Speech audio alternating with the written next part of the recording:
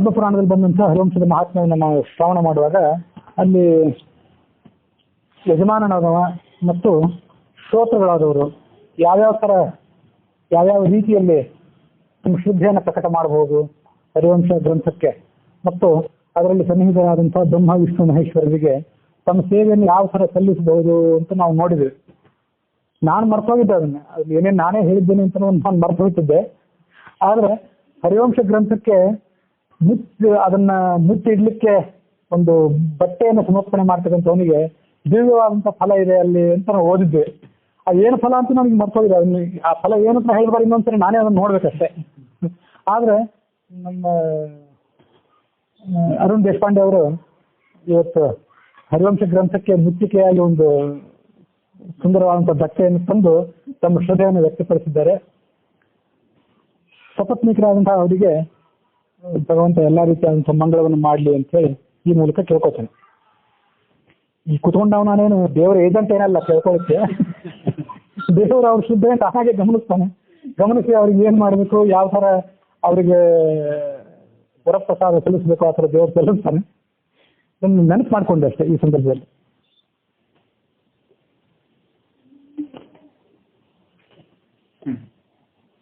ಹರಿವಂಶ ಪೂರ್ವಾರ್ಧದ 7ನೇ ಅಧ್ಯಾಯವನ್ನು ನಾವು 6 ಮುಗಿತಲ್ಲ ನಿನ್ನೆ? 6 ಅಲ್ಲ 7 ಮುಗಿತು ನಿನ್ನೆ. 7ನೇ ಅಧ್ಯಾಯ ಮುಗಿತು. 7ನೇ ಅಧ್ಯಾಯದೊಳಗೆ ಯಾವ್ಯಾವ ಮನ್ವಂತರಗಳಲ್ಲಿ ಯಾರ್ಯಾರು ಋಷಿಗಳು ಮತ್ತು ಯಾವ್ಯಾವ ದೇವತಾ ಗಣದವರು ಇತ್ಯಾದಿ ಅನೇಕ ವಿಷಯಗಳನ್ನು ಅಲ್ಲಿ ನಾವು ಅಧ್ಯಯನ ಮಾಡಿದ್ವಿ. ಈಗ ನಾವು 8ನೇ ಅಧ್ಯಾಯವನ್ನು ನೋಡಬೇಕಾಗಿದೆ. 8ನೇ ಅಧ್ಯಾಯದಲ್ಲಿ ನಾನು ನಿನ್ನೆ ನಿಮಗೆ ಸೂಚನೆ ಕೊಟ್ಟಂತೆ ಕಾಲ ಪರಿಮಾಣ ನಿರೂಪಣೆ ಬರಬೇಕಾಗಿದೆ. ಜನಮೇಜಯ ರಾಡ್ ಕೇಳಿದಂತೆ ವೈಶಂಪಾಯನರೇ, ಮನ್ವಂತರ ಅವಧಿಗಳು ಎಷ್ಟು ಸಮಯ? 14 ಮನ್ವಂತರಗಳನ್ನೇನೋ ತಾವು ಹೇಳಿದ್ರಿ. ಮನ್ವಂತರಗಳ ಅವಧಿ ಎಷ್ಟು? ಯುಗಗಳ ಅವಧಿ ಎಷ್ಟು? ಬ್ರಹ್ಮನ ಒಂದು ದಿವಸ ಅಂದ್ರೆ ಎಷ್ಟು? ಇದೆಲ್ಲವನ್ನೂ ನನಗೆ ವಿವರವಾಗಿ ತಿಳಿಸಬೇಕು ಅಂತ ಕೇಳ್ಕೊಂಡದ್ದಕ್ಕೆ ಅವರು ಕಾಲದ ಪರಿಮಾಣವನ್ನ ತೀರಾ ಸಣ್ಣ ಪ್ರಮಾಣದ ಕಾಲದಿಂದ ಹಿಡಿದು ತೀರಾ ದೊಡ್ಡ ಪ್ರಮಾಣದ ಕಾಲದವರೆಗೆ ಅವರು ಎಲ್ಲ ರೀತಿಯಾದಂತಹ ವಿಭಾಗವನ್ನು ಹೇಳಿ ಪ್ರಾರಂಭ ಮಾಡಿದರು ಅಂತ ನಲ್ಲಿಂದ ನಾವು ಇವತ್ತು ಪ್ರಾರಂಭ ಮಾಡ್ಕೋಬೇಕಾಗಿದೆ. ಮನ್ವಂತರಸ್ಯ ಸಂಖ್ಯಾನಂ ಯುಗಾನಾಂಚ ಮಹಾತತೆ ಬ್ರಹ್ಮಣೋನ್ನ ಪ್ರಮಾಣಂಚ ವಕ್ತುಮರ್ಹಸಿ ಮೇ ದ್ವಿಜ ಎಂಬುದಾಗಿ ಜನಮೇಜಯನ ಪ್ರಶ್ನೆ. ಅದಕ್ಕೆ ವೈಶಂಪಾಯನರು ಹೇಳಿದ್ರು, ಅಹೋರಾತ್ರಂ ಭಜೆ ಸೂರ್ಯ ಮಾನವಂ ಲೌಕಿಕಂ ಪರಂ ತಾಮುಪಾದಾಯ ಗಣನಾಂ ಶೃಣು ಸಂಖ್ಯಾ ನರಿಂದಮ.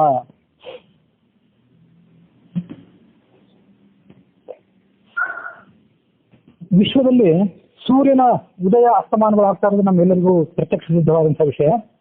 ಈ ಸೂರ್ಯನ ಉದಯಾಸ್ತಮಾನಗಳ ಒಂದು ಅವಲಂಬನೆ ಇಟ್ಕೊಂಡು ನಾವು ಕಾಲದ ಗಣನೆಯನ್ನು ಮಾಡ್ತೇವೆ. ಅದರಲ್ಲಿ ಈಗ ನಾವು ಮೊದಲು ತಿಳ್ಕೊಳ್ಬೇಕಾದ್ದೇನಂತಂದ್ರೆ, ಕಾಲದ ಅತಿ ಸೂಕ್ಷ್ಮ ಪ್ರಮಾಣದಿಂದ ಪ್ರಾರಂಭಿಸಿ ಕಾಲದ ಅತಿ ಮಹತ್ ಪ್ರಮಾಣದವರೆಗೆ ನಾವು ಅಧ್ಯಯನ ಮಾಡಬೇಕಾಗಿದೆ. ಅದನ್ನ ಈಗ ನಾವು ಗಣನೆ ತಗೊಳ್ಬೇಕಾಗಿದೆ.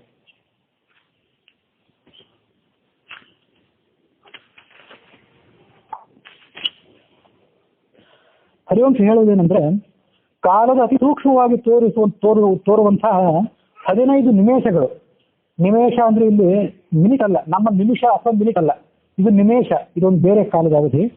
15 ನಿಮೇಷಕ್ಕೆ ಒಂದು ಕಾಷ್ಠ ಅಂತ ಸಂಕೇತವನ್ನು ಕೊಟ್ಟಿದ್ದಾರೆ ಹರಿವಂಶದಲ್ಲಿ. 15 ನಿಮೇಷಗಳು ಅಂದ್ರೆ ಒಂದು ಕಾಷ್ಠ. 30 ಕಾಷ್ಠಗಳು ಅಂದ್ರೆ ಒಂದು ಕಲಾ ಅಂತ ಅನ್ಸ್ಕೊತದೆ.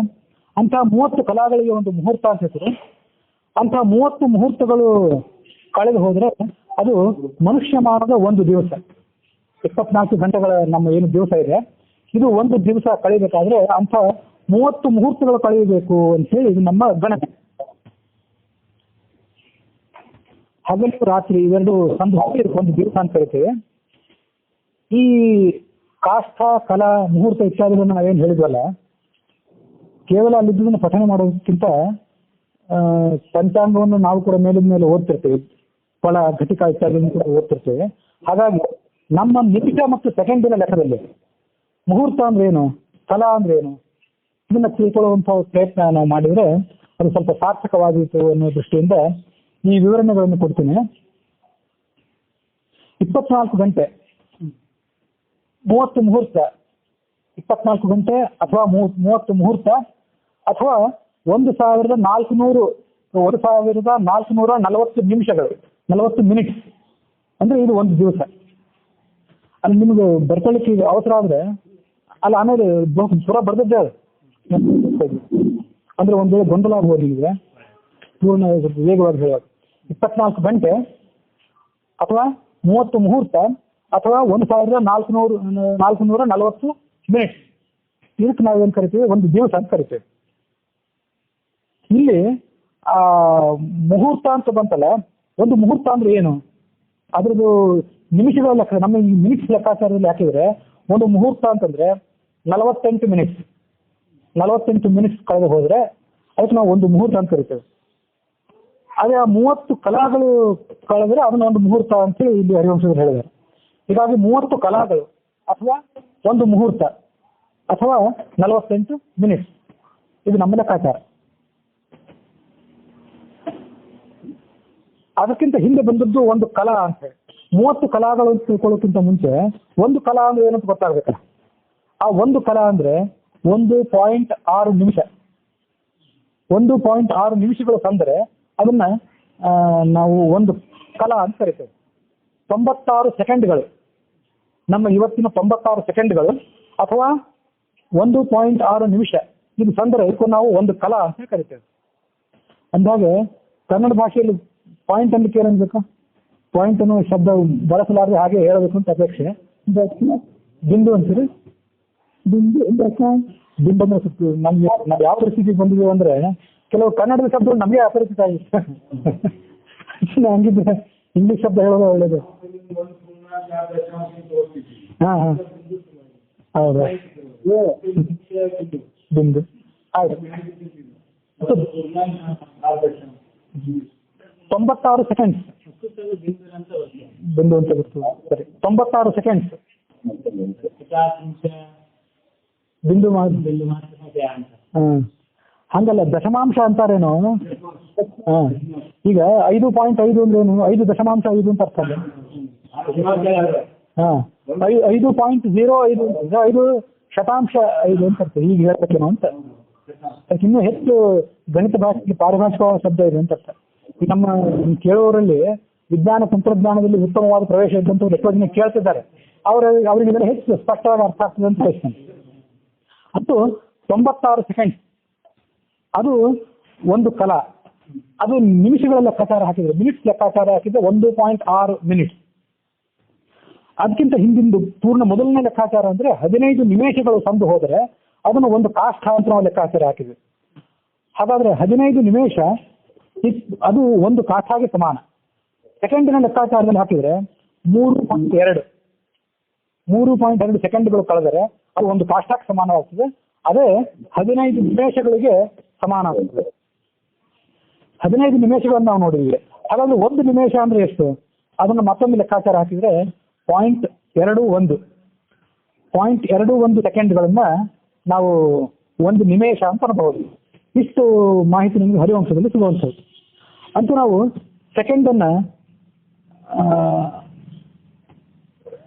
0.21 ತನಕ ಮತ್ತೆ ವಿಭಾಗ ಮಾಡಿ ಅದರಲ್ಲಿ 0.21 ಸೆಕೆಂಡ್ ಅಂದ್ರೆ ಒಂದು ನಿಮಿಷ ಅಂತ ನಾವು ಈ ಹರಿವಂಶದ ಮಾಹಿತಿಯಿಂದ ತಿಳ್ಕೋಬಹುದು. 0.21 ಸೆಕೆಂಡ್ಸ್ ಅಂದ್ರೆ ಒಂದು ನಿಮಿಷ. 15 ನಿಮಿಷಗಳು ಅಂದ್ರೆ ಒಂದು ಕಾಷ್ಠ.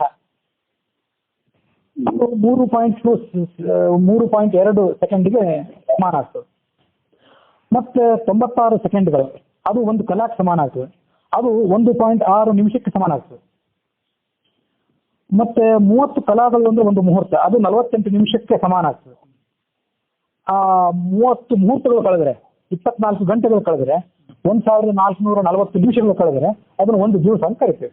ಇಷ್ಟು ಮಾಹಿತಿ ಹರಿವಂಶದಲ್ಲಿದೆ. ಇಲ್ಲಿ ಈ ಸೆಕೆಂಡ್ ಅನ್ನು ನಾವು 0.21 ಅಂದ್ರೆ ಒಂದು ನಿಮಿಷ ಅಂತ ನಾವು ತಿಳ್ಕೊಂಡ್ವಿ.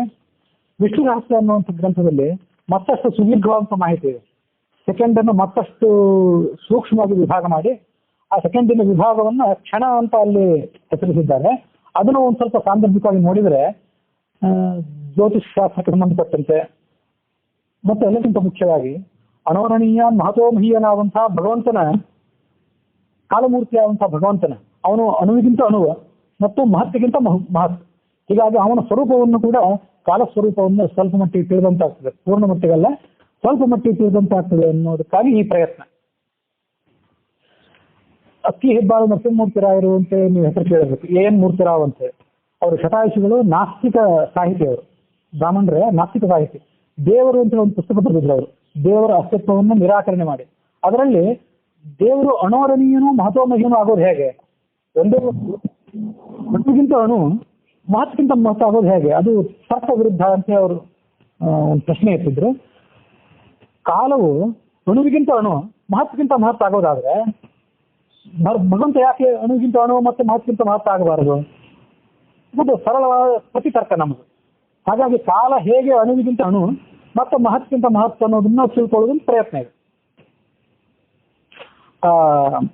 ವಿಷ್ಣು ರಹಸ್ಯದಲ್ಲಿ ಏನ್ ಮಾಹಿತಿ ಬರ್ತದೆ ಅಂತ ಹೇಳಿದ್ರೆ,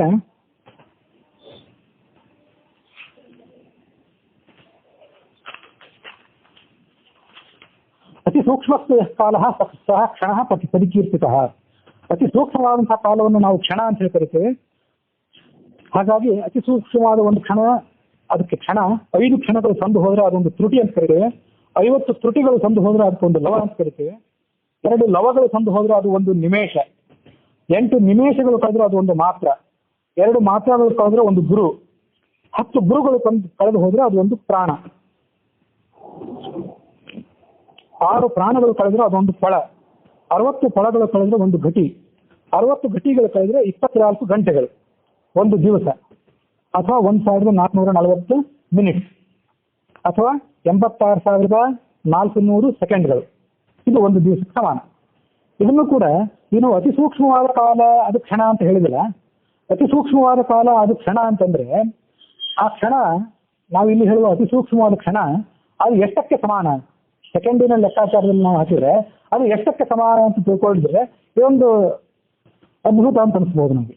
ಕ್ಷಣವನ್ನು ನಾವು ಎಷ್ಟು ಸೂಕ್ಷ್ಮವಾಗಿ ನಮ್ಮ ಪೂರ್ವಜರು ವಿಭಾಗ ಮಾಡಿದ್ರು, ಸೆಕೆಂಡ್ ಅನ್ನು, ಈಗಿನ ಸೆಕೆಂಡ್ ಅನ್ನ, ಈಗ ನಾವು ಯಾವ್ದನ್ನ ಸೆಕೆಂಡ್ ಅಂತ ಕರಿತೇವೆ, ಅದನ್ನು ಎಷ್ಟು ಸೂಕ್ಷ್ಮವಾಗಿ ವಿಭಾಗ ಮಾಡಿ ಅದನ್ನ ಕ್ಷಣ ಅಂತ ಹೆಸರಿಸಿದ್ರು ಅಂತ ಹೇಳಿ ನಮ್ಗೆ ಒಂದು ಅನಿಸ್ತದೆ.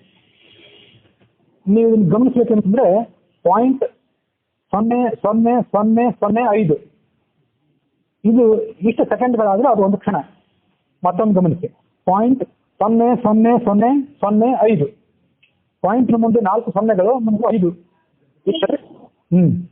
ದಶಸಹಸ್ರಾಂಶ. ಸೆಕೆಂಡ್ ಅನ್ನು 10,000 ಭಾಗ ಮಾಡಿ ಅದರಲ್ಲಿ 5 ಭಾಗಗಳನ್ನು ನಾವು ಗಮನಿಸಿದ್ರೆ ಅದನ್ನ ನಾವು ಒಂದು ಅತಿ ಸೂಕ್ಷ್ಮವಾದಂತಹ ಕ್ಷಣ ಅಂತ ಕರಿಬಹುದು. ಮುಂದೆ 5 ಕ್ಷಣಗಳ ಅಂದ್ರೆ ಅದನ್ನೊಂದು ತ್ರುಟಿ ಅಂತ ಹೇಳಿದ್ವಿ. ತ್ರುಟಿ ಅಂದ್ರೆ ಏನಂದ್ರೆ ಈಗಿನ ಸೆಕೆಂಡಿನ ಲೆಕ್ಕಾಚಾರ ಹಾಕಿದ್ರೆ 0.000025 ಇದನ್ನ ನಾವು ತ್ರುಟಿ ಅಂತ ಕರಿಬಹುದು. ಮುಂದೆ 50 ತ್ರುಟಿಗಳು ಸಂದ್ರೆ ಒಂದು ಲವ ಅಂತ ಹೇಳಿದ್ವಿ. ಆ ಲವ ಅಂದ್ರೆ 0.0125 ಸೆಕೆಂಡ್. ಇಷ್ಟು ಕಳೆದ್ರೆ ಅದಕ್ಕೊಂದು ಲವ ಅಂತ ಕರಿತೇವೆ. 2 ಲವಗಳು ಸಂದು ಹೋದ್ರೆ ಅದಕ್ಕೊಂದು ನಿಮೇಷ ಅಂತ ಕರೆದಿದ್ದೇವೆ ನಾವು. ಆ ನಿಮೇಷ ಅಂದ್ರೆ 0.025 ಸೆಕೆಂಡ್. ಇದಕ್ಕೆ ಒಂದು ನಿಮೇಷ ಅಂತ ಕರಿತೇವೆ. 8 ನಿಮೇಷಗಳು ಕಳೆದ್ರೆ ಅದಕ್ಕೊಂದು ಮಾತ್ರ ಅಂತ ಕರಿತೇವೆ ನಾವು. ಮಾತ್ರ ಅಂದ್ರೆ 0.2 ಸೆಕೆಂಡ್ಗಳು. 2 ಮಾತ್ರಗಳಾದ್ರೆ ಒಂದು ಗುರು. ಒಂದು ಗುರು ಅಂದ್ರೆ 0.4 ಸೆಕೆಂಡ್. 10 ಗುರುಗಳು ಅಂದ್ರೆ ಒಂದು ಪ್ರಾಣ, ಅಂದ್ರೆ ಅದು 4 ಸೆಕೆಂಡಿಗೆ ಸಮಾನ. 6 ಪ್ರಾಣಗಳು ಅಂದ್ರೆ ಒಂದು ಫಲ, ಅದು 0.4 ಮಿನಿಟ್ಗೆ ಸಮಾನ, ಅಥವಾ 24 ಸೆಕೆಂಡ್ಗಳಿಗೆ ಸಮಾನ. ಅದರ ನಂತರ 60 ಫಲಗಳು, ಅದು ಒಂದು ಘಟಿಗೆ ಸಮಾನ. ಘಟಿ ಅಂದ್ರೆ 24 ಮಿನಿಟ್ಸ್. ಇದು ಹೆಚ್ಚು ಪ್ರಸಿದ್ಧವಾಗಿರುವಂತಹ ಮಾಹಿತಿ. ಆ 24 ಮಿನಿಟ್ಸ್ ಏನಿದೆ ಅದು 1440 ಸೆಕೆಂಡ್ಗಳಿಗೆ ಸಮಾನ. ಅದರ ನಂತರ 60 ಘಟಿಗಳು, 60 ಗಳಿಗೆಗಳು ತಂದು ಹೋದ್ರೆ ಅದು 24 ಗಂಟೆಗಳ ಒಂದು ದಿವಸ. ಅದನ್ನು ನಾವು 1440 ಮಿನಿಟ್ಸ್ ಅನ್ಬೋದು, ಅಥವಾ 86,400 ಸೆಕೆಂಡ್ಸ್ ಅಂತ ಅನ್ಬೋದು. ಇದು ಇಷ್ಟು ಲೆಕ್ಕಾಚಾರ ಹಾಕಿದ್ರು ಕೂಡ ಇದೊಂದು ಅಂದಾಜಿನ ಲೆಕ್ಕಾಚಾರ ಅಂತ ನಾನು ಭಾವಿಸ್ತೇನೆ. ಅದಕ್ಕೆ ಕಾರಣ ಅಂದ್ರೆ ಒಂದು ದಿವಸದಲ್ಲಿ ಕರೆಕ್ಟ್ 24 ಗಂಟೆಗಳಿಲ್ಲ, 23 ಗಂಟೆ 59 ನಿಮಿಷ ಹೀಗೇನೋ ಸ್ವಲ್ಪ ಮೇಲಿದೆ, ಅಂತೂ 24 ಗಂಟೆಗೆ ಸಮಾನ. ಒಂದು ದಿವಸವನ್ನು 24 ಗಂಟೆಗಳಿಗೆ ಸಮಾನ ಅಂತ ಭಾವಿಸಿ ಮುಂದೆ ಘಟಿ ಅಂದ್ರೆ 24 ಮಿನಿಟ್ಸ್ ಅಂತ ಭಾವಿಸಿ ಆ ಪ್ರಕಾರ ಈ ನಾವು ಲೆಕ್ಕ ಹಾಕಿದ್ದೇವೆ. ಜನಸಾಮಾನ್ಯರಾದ ನಾವು ನಮ್ಮ ಚಟುವಟಿಕೆಗಳಿಗೆ, ನಮ್ಮ ಊಟ ನಿದ್ರೆ ಇತ್ಯಾದಿ ಚಟುವಟಿಕೆಗಳಿಗೆ ಅತಿ ಸೂಕ್ಷ್ಮವಾದಂತಹ ಕ್ಷಣವಾಗಲಿ ತ್ರುಟಿ ಆಗಲಿ ಲವ ಆಗಲಿ ಬೇಕಾಗಿಲ್ಲ.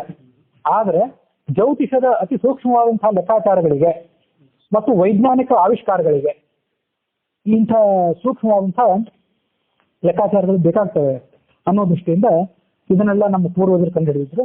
ಆಧುನಿಕರು ಕೂಡ ಬರೇ ಸೆಕೆಂಡಿನಲ್ಲಿ ಅವರು ತೃಪ್ತರಾಗಲಿಲ್ಲ. ಆ ಸೆಕೆಂಡನ್ನು ಮತ್ತೆ 10 ವಿಭಾಗ ಮಾಡಿದ್ರು.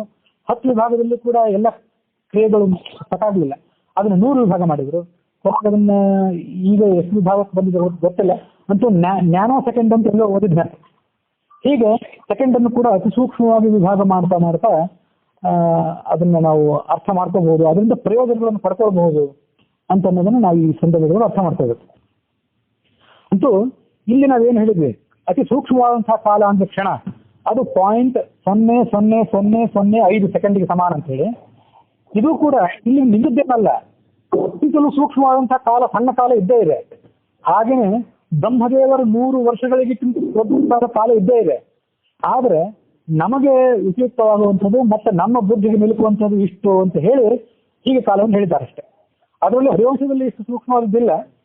ಪ್ರಾಸಂಗಿಕವಾಗಿ ವಿಷ್ಣು ರಹಸ್ಯದ ಮಾಹಿತಿ ನಮಗೆ ದೊರೆತಿದ್ರಿಂದ ಆ ವಿಷ್ಣು ರಹಸ್ಯದ ಮಾಹಿತಿಯನ್ನು ಇಲ್ಲಿ ಕೊಟ್ಟಿದ್ದಾನೆ ಅಷ್ಟೇ. ಕಾಲವನ್ನು ಜಡ, ವಾಸ್ತವಿಕವಾಗಿ ಕಾಲ ಜಡ ಆದ್ರೂ ಕೂಡ ಆ ಸ್ಥಿತಿಯು ಯಾವ ರೀತಿಯಾಗಿ ಚೇತನ ಪ್ರವಾಹ ರೂಪವಾಗಿ ಹರಿತಾ ಹೋಗ್ತದಲ್ಲ, ಹಾಗೆ ಕಾಲ ಮೊನ್ನೆ ನಿನ್ನೆ ಇವತ್ತು ನಾಳೆ ನಾಡ್ದು ಹೀಗೆ ಕಾಲ ಪ್ರವಾಹ ಹರಿತಾ ಹೋಗ್ತದೆ. ಆ ಕಾಲಾಂತರ್ಗತ ಕಾಲ ನಿಯಾಮಕನಾದಂತಹ ಭಗವಂತನ ನಿಯಂತ್ರಣಕ್ಕೊಳಪಟ್ಟು ಆ ಕಾಲ ನಮ್ಮ ದೈನಂದಿನ ಚಟುವಟಿಕೆಗಳಿಗೂ ಉಪಯುಕ್ತವಾಗಿದೆ ಅಂತ ಹೇಳಿ ನಾವು ಇದರಿಂದ ಅರ್ಥ ಮಾಡ್ಕೊಳ್ಬೇಕು.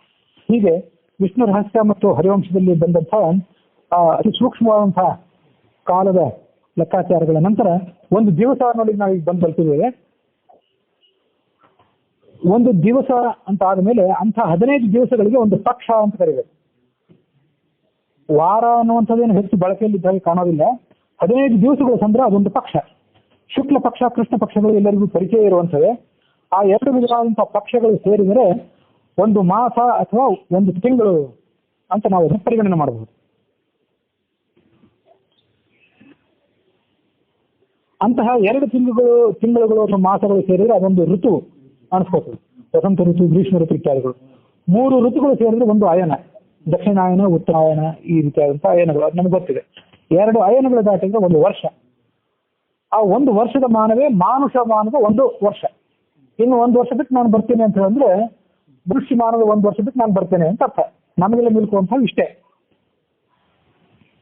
ಇಲ್ಲಿ ಇಷ್ಟು ಮಾನುಷ ಮಾನದ ದಿವಸಗಳನ್ನ ಪರಿಗಣನೆ ಮಾಡಿದ ಮೇಲೆ ಪಿತೃಗಳಿಗೆ, ದೇವತೆಗಳಿಗೆ ಯಾವ್ಯಾವ ಮಾನಗಳಿವೆ, ಅವು ಮಾನುಷ ಮಾನದ ಕಾಲಕ್ಕಿಂತ ಎಷ್ಟು ದೊಡ್ಡದು ಅಂತ ಅನ್ನೋದನ್ನ ನಾವು ಈ ಸಂದರ್ಭದಲ್ಲಿ ಗಮನಿಸಬೇಕು.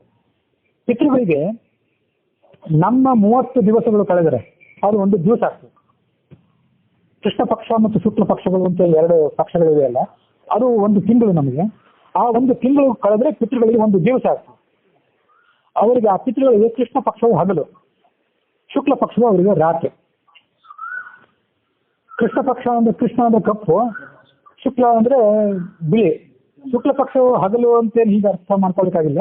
ಶುಕ್ಲ ಪಕ್ಷವು ಹಗಲು, ಕೃಷ್ಣ ಪಕ್ಷ ರಾತ್ರಿ ಅಂತಲ್ಲ. ಅವರಿಗೆ ಕೃಷ್ಣ ಪಕ್ಷವೇ ಹಗಲು, ಶುಕ್ಲ ಪಕ್ಷವೇ ರಾತ್ರಿ. ಬೇರೆ ಎಲ್ಲೋ ಅಂತ ಓದಿದ ಮಾಹಿತಿ ನನಗೆ ನೆನಪು ಬರೋದೇನೆಂದ್ರೆ, ಪಿತೃಗಳಿಗೆ ಚಂದ್ರನ ಕಲೆಗಳು ಆಹಾರ. ಹಾಗಾಗಿ ಪಿತೃದೇವತೆಗಳು ಶುಕ್ಲ ಪಕ್ಷದಲ್ಲಿ ಆರಾಮವಾಗಿ ವಿಶ್ರಾಂತಿ ತೆಗೆದುಕೊಂಡು ಕೃಷ್ಣ ಪಕ್ಷದಲ್ಲಿ ಎಚ್ಚೆತ್ತು ಚಂದ್ರನ ಒಂದೊಂದು ಕಲೆಗಳನ್ನು ಭಕ್ಷಣೆ ಮಾಡ್ತಾ ಹೋಗ್ತಾರೆ. ಹಾಗಾಗಿ ಚಂದ್ರ ತನ್ನ ಕಲೆಗಳನ್ನ ಕಳ್ಕೋತ ಬರ್ತಾನೆ. ಎಲ್ಲೋ ಬೇರೆ ಕಡೆ ಓದಿದ ಮಾಹಿತಿ. ಹೀಗೆ ಕೃಷ್ಣ ಪಕ್ಷವು ಪಿತೃಗಳಿಗೆ ಹಗಲಾದ್ದರಿಂದ ಆ ಕೃಷ್ಣ ಪಕ್ಷದಲ್ಲೇ ಶ್ರಾದ್ದ ಮಾಡೋದು ವಿಹಿತ. ಕೃಷ್ಣ ಪಕ್ಷದಲ್ಲೇ ಅಮಾವಾಸ್ಯೆಯಲ್ಲಿ ಒಂದು ಏನಂದ್ರೆ, ನಮ್ಮ ತಂದೆ ಅಜ್ಜ ದೇವರ ಶ್ರಾದ್ದ ಶುಕ್ಲ ಪಕ್ಷದಲ್ಲಿ ಬಂದ್ರೆ ಅದು ಕೃಷ್ಣ ಪಕ್ಷದಲ್ಲಿ ಮಾಡೋದು ಹೇಗೆ? ನನ್ನ ಊಹೆ ಏನಂದ್ರೆ, ನಿಮ್ಮ ತಂದೆಯವರ ನಿಮ್ಮ ಪಿತೃಗಳ ಕಾಲ ಶ್ರಾದ್ದ ಯಾವಾಗ ಬರ್ತದೋ ಅವಾಗಲೇ ಮಾಡಿ. ಕೆಲವೊಮ್ಮೆ ಶ್ರಾದ್ದನ ನಮ್ಮ ಇಷ್ಟಕ್ಕೆ ಅನುಸಾರವಾಗಿ ಕೂಡ ಮಾಡೋದು ಕಂಡಿದೆ. ಅದು ಈಗ ಬಳಕೆಯಲ್ಲಿಲ್ಲ. ಒಂದೊಂದ್ಸರಿ ಒಂದು ವರ್ಷದಲ್ಲಿ ಒಂದು ಶ್ರಾದ್ದವನ್ನು ಪಕ್ಷ ಮಾಡಿದ್ರೆ ನಮ್ಗೆ ದೊಡ್ಡದಾಗಿದೆ. ಆದ್ರೆ ಮಹಾಭಾರತದಲ್ಲಿ ಬರೋ ಮಾಹಿತಿ ಏನಂತಂದ್ರೆ ಬ್ರಾಹ್ಮಣನೇ ಶ್ರಾದ್ದಕ್ಕೆ ಕಾಲ ಅಂತ. ನೀವು ನಿಮ್ಮ ಮನೆಯಲ್ಲಿ ಇದ್ದಾಗಲೂ ಕೂಡ ಯಾವನೋ ಒಬ್ಬ ಯೋಗ್ಯನಾದಂತಹ ಜ್ಞಾನಿ ಆದವನು ಬಂದ್ರೆ ಅವನ ಕೂಡಲೇ ನೀವು ಸ್ವಾಗತ ಮಾಡಿ ಆ ದಿವಸ ಶ್ರಾದ್ದ ಮಾಡಬಹುದು ಅಂತಿದೆ. ಬ್ರಾಹ್ಮಣನೇ ಶ್ರಾದ್ದಕ್ಕೆ ಕಾಲ, ಅವ್ನು ಬಂದಾದ್ರೆ ಶ್ರಾದ್ದ ಮಾಡಿಬಿಡಿ. ಹಾಗಾಗಿ ಶುಕ್ಲ ಪಕ್ಷವನ್ನು ಗಣನೆ ಮಾಡಬೇಡಿ, ಕೃಷ್ಣ ಪಕ್ಷದ ಬಂದ್ರೆ ಅವ್ನು ತಗೊಂಡ್ಬಿಡಿ. ಹಾಗಾಗಿ ಕೆಲವೊಂದ್ಸರಿ ನಿಮಗೆ ಪಿತೃಗಳು ಪೂಜೆ ಮಾಡಬೇಕು ಅಂತ ಅನಿಸಿದ್ರೆ ಕೃಷ್ಣ ಪಕ್ಷದಲ್ಲಿ ಕೂಡ ಯೋಗ್ಯರಾದಂತಹ ಬ್ರಾಹ್ಮಣರನ್ನು ಕರೆಸಿ ಒಂದು ಸಮಾರಂಭ ಮಾಡಿ ಶ್ರಾದ್ದ ಮಾಡಿಬಿಡಿ ಅಂತ ಇದಕ್ಕೆ ಅರ್ಥ ಇದ್ದಂಗೆ ಕಾಣಿಸ್ತದೆ. ಮಹಾಭಾರತದಲ್ಲಿ ಶ್ರಾದ್ದದ ಬಗ್ಗೆ ಹೆಚ್ಚಿನ ವಿವರಣೆ ಬಂದಿದೆ. ಆ ಎಲ್ಲ ವಿವರಣೆಗಳು ನನಗೆ ನೀವು ಸಂಗ್ರಹ ಮಾಡ್ಕೊಳ್ಳಿಕ್ಕೆ ಆಗಲಿಲ್ಲ. ಪಕ್ಷ ಮಾಸ ಅಂತೂ ಭಾದ್ರಪದ ಕೃಷ್ಣ ಮಾಸದಲ್ಲೇ ಬರ್ತದೆ. ಕೆಲವು ಸರಿ ನಮ್ಮ ಇಷ್ಟಾನುಸಾರವಾಗಿ ಕೂಡ ಶ್ರಾದ್ದ ಮಾಡೋದಾದ್ರೆ ಅದನ್ನು ಕೃಷ್ಣ ಪಕ್ಷದಲ್ಲಿ ಮಾಡಬಹುದು ಅಂತ ಇಲ್ಲಿ ಅರ್ಥ ಕಾಣಿಸ್ತದೆ. ಅದ್ರ ಬಗ್ಗೆ ಹೆಚ್ಚಿನ ಮಾಹಿತಿ ದೊರಕಿಸಿಕೊಂಡು ಮತ್ತೊಮ್ಮೆ ಬರ್ತದೆ. ನಿಮ್ಮ ಕಾಲಶ್ರಾದ್ದ ಏನಿದೆ ಅದನ್ನ ಯಾವಾಗ ಬರ್ತದೋ ಅವಾಗಲೇ ಮಾಡಿಬಿಡಿ. ಬೇರೆ ಸಂದರ್ಭದಲ್ಲಿ ಮಾಡಬೇಕು ಅಂತಂದ್ರೆ ಕೃಷ್ಣ ಪಕ್ಷದಲ್ಲಿ ಮಾಡೋದು ಒಂದು ಉಚಿತ ಅಂತ ಹೇಳ್ತಾರೆ. ಈ ಮನುಷ್ಯ ಲೋಕದಲ್ಲಿ ಚಾಂದ್ರ ಮಾಸಗಳು ಮತ್ತು ಸೌರ ಮಾಸಗಳು ಅಂತ ಎರಡು ಥರ ಇದೆ. ಈಗ ನಾವೆಲ್ಲ ಅನುಸರಣೆ ಮಾಡುವಂಥದ್ದು ಇದು ಚಾಂದ್ರ ಮಾಸಗಳು. ಯಾಕೆ ಚಂದ್ರನ ಗತಿಯನ್ನು ಅನುಸರಣೆ ಮಾಡಿ ಇದು ಅಶ್ವಿನಿ ಚೈತ್ರ ಮಾಸ, ವೈಶಾಖ ಮಾಸ ಇತ್ಯಾದಿ ಮಾಸಗಳನ್ನು ನಾವು ಪರಿಗಣನೆ ಮಾಡ್ತಿದ್ದೇವೆ.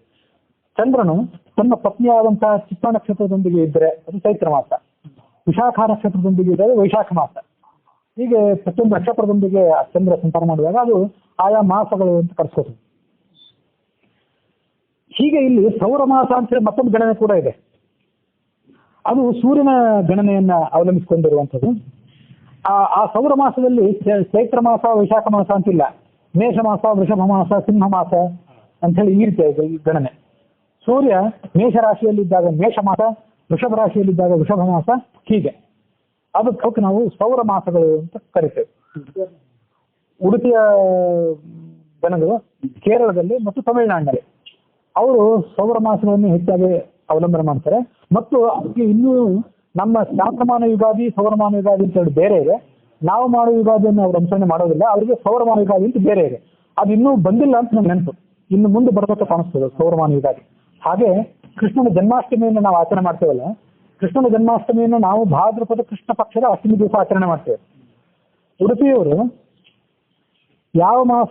ಯಾವಾಗ ಸಿಂಹ ಮಾಸ ಬರ್ತದ, ಸೂರ್ಯ ಯಾವಾಗ ಸಿಂಹ ರಾಶಿಯಲ್ಲಿ ಇರ್ತಾನೋ ಆವಾಗ ಅವರು ಕೃಷ್ಣನ ಜನ್ಮಾಷ್ಟಮಿಯನ್ನು ಆಚರಣೆ ಮಾಡ್ತಾರೆ. ಯಾಕಂದ್ರೆ ಮಹಾಭಾರತದ ಅರ್ಥವನ್ನು ನಿರ್ಣಯ ಮಾಡಲಿಕ್ಕೆ ಆಚಾರ್ಯರು ತಾತ್ಪರ್ಯ ನಿರ್ಣಯ ರಚನೆ ಮಾಡಿದ್ದಾರೆ. ಆ ತಾತ್ಪರ್ಯ ನಿರ್ಣಯದಲ್ಲಿ ಸಿಂಹಸ್ಥಯೋಹೋ ಗೌರವ್ಯೋಹೋ ಪರೇಶಃ ಅಂತ ಹೇಳಿ ಉಲ್ಲೇಖ ಮಾಡಿದ್ದಾರೆ. ಪರೇಶಃ ದೇವತಾ ಪುರುಷನಾದಂಥ ಎಲ್ಲ ದೇವತೆಗಳಿಗೆ ಸ್ವಾಮಿ ಆದಂಥ ಕೃಷ್ಣನು ಸಿಂಹಸ್ಥಯೋಹೋ ಗುರುರವ್ಯೋಹೋ, ಗುರುಗ್ರಹ ಮತ್ತು ಸೂರ್ಯ ಇವೆರಡು ಕೂಡ ಸಿಂಹ ರಾಶಿಯಲ್ಲಿದ್ದಾಗ ಕೃಷ್ಣ ಅವತಾರ ಮಾಡಿದ ಅಂತ ಅಲ್ಲಿ ಹೇಳಿದ್ದಾರೆ ಅಂತ ನನ್ನ ನೆನಪು. ಹಾಗಾಗಿ ಅವರು ಸಿಂಹ ರಾಶಿಯಲ್ಲಿ ಸೂರ್ಯ ಬಂದಾಗ ಕೃಷ್ಣನ ಜನ್ಮಾಷ್ಟಮಿಯನ್ನು ಆಚರಣೆ ಮಾಡ್ತಾರೆ. ಹೀಗಾಗಿ ಎರಡೆರಡು ಕೃಷ್ಣ ಜನ್ಮಾಷ್ಟಮಿ. ಹಾಗಾಗಿ ಮೇಷಾದಿ ಮಾಸಗಳು ಸೌರಮಾನ ಮಾಸಗಳು, ಚೈತ್ರಾದಿ ಮಾಸಗಳು ಚಾಂದ್ರಮಾನದ ಮಾಸಗಳು ಅಂತ ನಾವು ಅರ್ಥ ಮಾಡ್ಕೊಳ್ಬಹುದು. ಇನ್ನು ಕೆಲವು ಕಡೆ ನಕ್ಷತ್ರಗಳ ಚಲನೆಯನ್ನು ಅವಲಂಬಿಸಿ ಅದರ ಮೇಲೆಯೂ ಕೂಡ ಮಾಸವನ್ನ ಲೆಕ್ಕಾಚಾರ ಹಾಕೋದು, ಆ ಮಾಸ ಗಣನೆ ತಗೊಳ್ಳೋದು ಕೂಡ ಕೆಲವು ಕಡೆ ಇದೆ, ಕೆಲವು ದೇಶಗಳಲ್ಲಿ.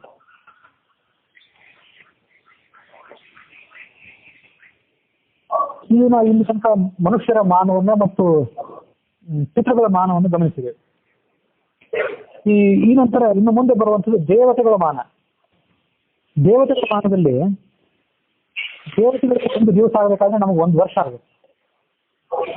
365 ದಿವಸಗಳು ಕಳೆದರೆ ಅದಕ್ಕೆ ನಾವು ದೇವತೆಗಳ ಲೆಕ್ಕಾಚಾರದಲ್ಲಿ ಒಂದು ದಿವಸ ಆಯಿತು ಅಂತ ಹೇಳ್ತೇವೆ.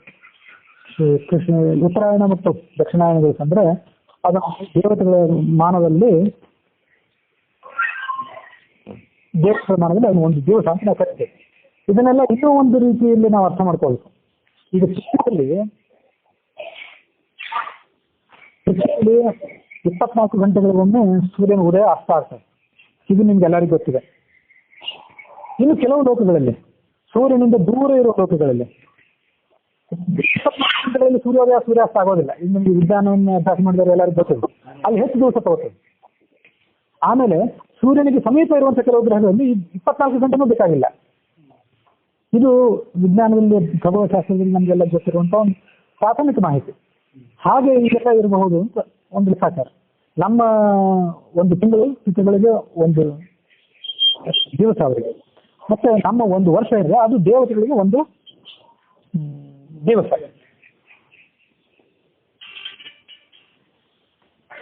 ನಮ್ಮ ಉತ್ತರಾಯಣವು ದೇವತೆಗಳಿಗೆ ಹಗಲಾಗ್ತದೆ, ಮತ್ತು ನಮ್ಮ ದಕ್ಷಿಣಾಯನ ಏನಿದೆ ಅದನ್ನ ನಾವು ದೇವತೆಗಳ ರಾತ್ರಿ ಅಂತ ಪರಿಗಣನೆ ಮಾಡ್ತೇವೆ. ಹಾಗಾಗಿ ದಕ್ಷಿಣಾಯನದಲ್ಲಿ ದೇವತೆಗಳು ಮತ್ತು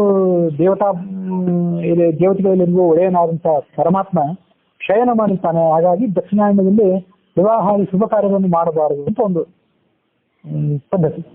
ಹಾಗಾಗಿ ಕಾರ್ತಿಕ ಶುಕ್ಲ ಪಕ್ಷದ ಉತ್ಥಾನ ದ್ವಾದಶಿ ದಿವಸ ಆ ಮಾಹಿತಿಯನ್ನು ಅಷ್ಟು ಸರಿಯಾಗಿ ನೆನಪಿಗೆ ಗೊತ್ತಿಲ್ಲ. ಮತ್ತು ದಕ್ಷಿಣಾಯನದಲ್ಲಿ ದೇವತೆಗಳಿರುವ ರಾತ್ರಿ ಆದ್ದರಿಂದ ಆ ಕಾಲದಲ್ಲಿ ಶುಭ ಕಾರ್ಯಗಳನ್ನು ಮಾಡಬಾರ್ದು. ಉತ್ತರಾಯಣ ಸಮೀಪಿಸಿದಾಗ ಶುಭ ಕಾರ್ಯಗಳನ್ನು ಮಾಡಬೇಕು ಅಂತ ಹೇಳಿ ಅದು ನಮ್ಮ ಒಂದು ಸಂಪ್ರದಾಯ. ಇನ್ನು ಈ ದೇವಮಾನಕ್ಕಿಂತ ಮನುಗಳ ಮಾನ ಮಾತ್ರ ದೊಡ್ಡದು. ದೇವಮಾನದ 10 ವರ್ಷಗಳು ಕಳೆದರೆ ಅದು ಮನುಗಳಿಗೆ ಒಂದು ದಿವಸ. 100 ವರ್ಷಗಳು ಒಂದು ಪಕ್ಷ ಮನುಗಳಿಗೆ. 1000 ವರ್ಷಗಳು ಕಳೆದರೆ ಅದೊಂದು ಮಾಸ. 12,000 ವರ್ಷಗಳು ಕಳೆದರೆ ಅದು ಒಂದು ಋತುವಾಗಿ ಪರಿಣಮಿಸ್ತದೆ. ಆ 3 ಋತುಗಳಿಗೆ ಒಂದು ಅಯನ, 2 ಅಯನಗಳು ದಾಟಿದ್ರೆ ಮನುಗಳಿಗೆ ಒಂದು ವತ್ಸರ. ಅಂತೂ ಇಲ್ಲಿಗೆ ಆ ಮನುಗಳಿಗೆ ಒಂದು ವರ್ಷ ಆಗಬೇಕಾದ್ರೆ ದೇವತೆಗಳ ಲೆಕ್ಕಾಚಾರದಲ್ಲಿ 72,000 ವರ್ಷಗಳಾಗಬೇಕು. ದೇವತೆಗಳ ಲೆಕ್ಕಾಚಾರದಲ್ಲಿ, ನಮ್ಮ ಲೆಕ್ಕಾಚಾರದಲ್ಲೆಲ್ಲ. ನಮ್ಮ ಲೆಕ್ಕಾಚಾರದಲ್ಲಿ ಇನ್ನೂ ಹೆಚ್ಚು ವರ್ಷಗಳೇ ಆದಾವು. ದೇವತೆಗಳ ಲೆಕ್ಕಾಚಾರದಲ್ಲಿ 72,000 ವರ್ಷಗಳಾಗಬೇಕು. ದೇವಮಾನದ 4,000 ವರ್ಷಗಳಾದರೆ ಅದು ಕೃತಯುಗದ ಕಾಲಮಾನ. ದೇವಮಾನದ 4 ಇದಾದ್ರೆ ಕೃತಯುಗದ ಕಾಲಮಾನ. ನಮ್ಮ ಕೃತಯುಗದ ಕಾಲಮಾನ ಬೇರೆ ಇದೆ. 20 ವರ್ಷ 20 ಲಕ್ಷ ವರ್ಷನ ಎಷ್ಟೋ ವರ್ಷಗಳು ಪಂಚಾಂಗದಲ್ಲಿ ಇದನ್ನು ನಾವು ನೋಡ್ಬೋದು. 3,000 ದೇವತೆಗಳ 3,000 ವರ್ಷಗಳು ಕಳೆದ್ರೆ ಅದೊಂದು ತ್ರೇತಾಯುಗ. ದೇವತೆಗಳ 2,000 ವರ್ಷಗಳು ಕಳೆದ್ರೆ ದ್ವಾಪರ ಯುಗ. ದೇವತೆಗಳ 1,000 ವರ್ಷ ಕಳೆದ್ರೆ ಅದು ಕಲಿಯುಗ. ನಮ್ಮ ಅದೃಷ್ಟ ಏನಿದೆ, ಕಲಿಯುಗ ಯಾವತ್ತು ಕಡಿಮೆನೇ ಇದೆ. ಇನ್ನೂ 4 ಕಲಿಯುಗ ಬಾಕಿ ಇದೆ. ಆದರೂ ಕೃತಯುಗ ಇತ್ಯಾದಿ ಯುಗಗಳಿಗೆ ಹೋಲಿಸಿದ್ರೆ ಅವಧಿ ಸ್ವಲ್ಪ ಕಡಿಮೆ ಇರೋದ್ರಿಂದ ನಾವು ಸ್ವಲ್ಪ ಮಟ್ಟಿಗೆ ನಿಟ್ಟುಸಿರು ಬಿಡಬಹುದು ಅಂತ ಕಾಣ್ತೇವೆ. ಈ ಎಲ್ಲ ಯುಗಗಳಿಗೆ ಸಂಧಿಕಾಲ ಇದೆ. ಕೃತಯುಗ ಕಳೆದು ತ್ರೇತಾಯುಗ ಪ್ರಾರಂಭ ಆಗುವಾಗ, ತ್ರೇತಾಯುಗ ಕಳೆದು ದ್ವಾಪರಯುಗ ಪ್ರಾರಂಭ ಆಗುವಾಗ ಹಿಂದಿಂದು ಕೆಲವು ಭಾಗ, ಈ ಕಡೆ ಕೆಲವು ಭಾಗ, ಇವೆರಡು ಸೇರಿ ಒಂದು ಸಂಧಿಕಾಲ ಅಂತ ಹೇಳಿ ಅನಿಸ್ಕೊತೇವೆ. ಅದು ಹೇಗಂದ್ರೆ ಕೃತಯುಗ ಮತ್ತು ತ್ರೇತಾಯುಗಗಳಿಗೆ 800 ಮತ್ತು ದ್ವಾಪರಯುಗಗಳಿಗೆ 600, ದ್ವಾಪರಯುಗ ಮತ್ತು ಕಲಿಯುಗಗಳಿಗೆ 200. ಹೀಗೆ ಆದ್ಯಂತ ಕಾಲದಲ್ಲಿ ಸಂಧಿಕಾಲ ಇದೆ.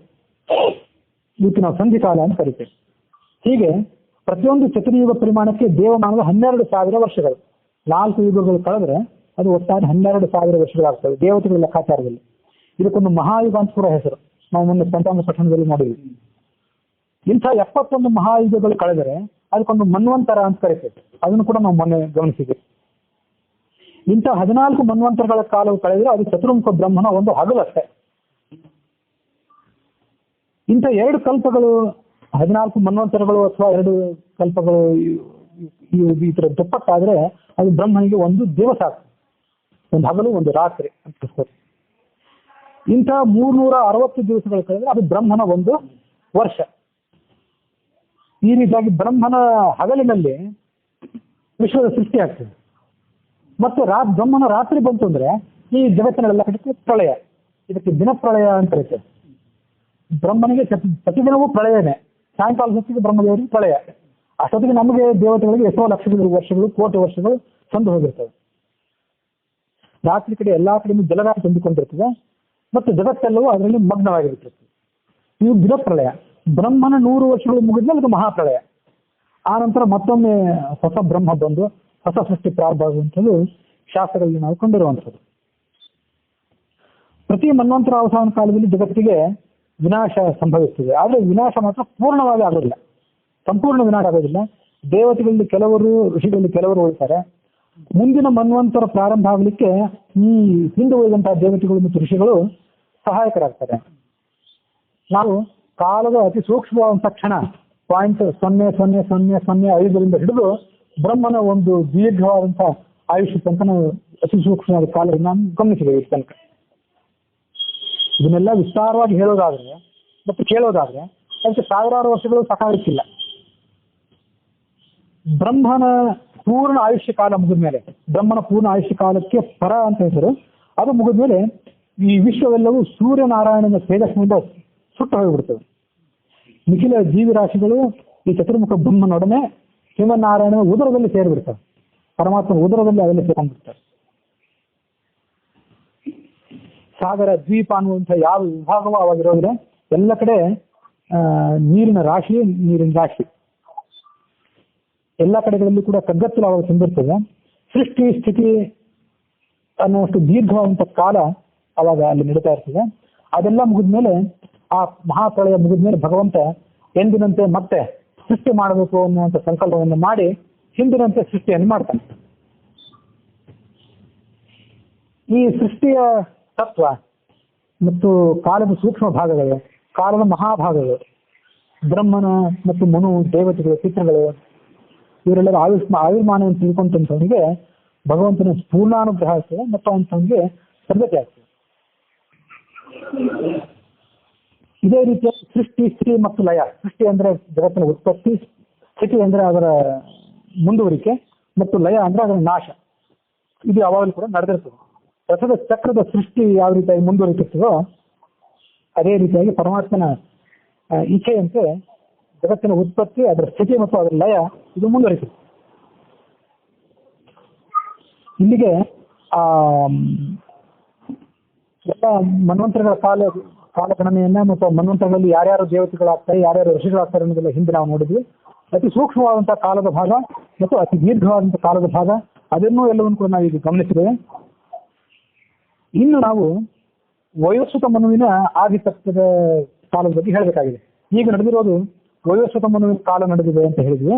ಆ ವಯೋಸ್ವತ ಮನುವು ಕೂಡ ಭಗವಂತನ ಕಲಾಂಶದಿಂದ ಕೂಡಿದವ. ಎಲ್ಲ ರಾಜರು ಕೂಡ ಭಗವಂತನ ರಾಜರಾಜೇಶ್ವರ ಅನ್ನೋ ರೂಪವನ್ನು ಹೊಂದಿರತಕ್ಕಂಥವ್ರು. ಆ ರಾಜರಾಜೇಶ್ವರ ಅನ್ನೋ ರೂಪದ ಸಹಾಯದಿಂದಲೇ ಆಯಾ ರಾಜರ ಆಡಳಿತ ನಡೀತದೆ ಅಂತ ಹಿಂದೆ ಗಮನಿಸಬೇಕಾಗಿರ್ತಾರೆ.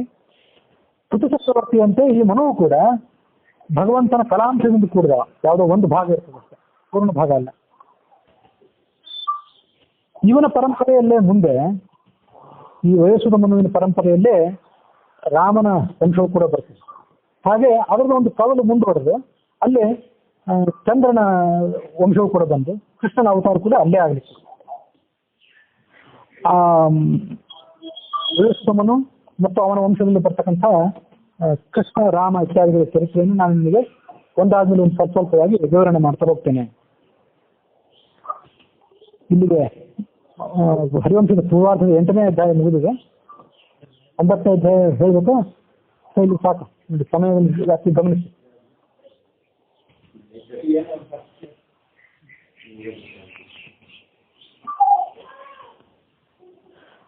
ಮತ್ತು ಇಲ್ಲಿಗೆ ನಾಳೆಗೆ ಹರಿವಂಶದ 8ನೇ ಅಧ್ಯಾಯ ಸಮಾಪ್ತ ಆಗಿದೆ.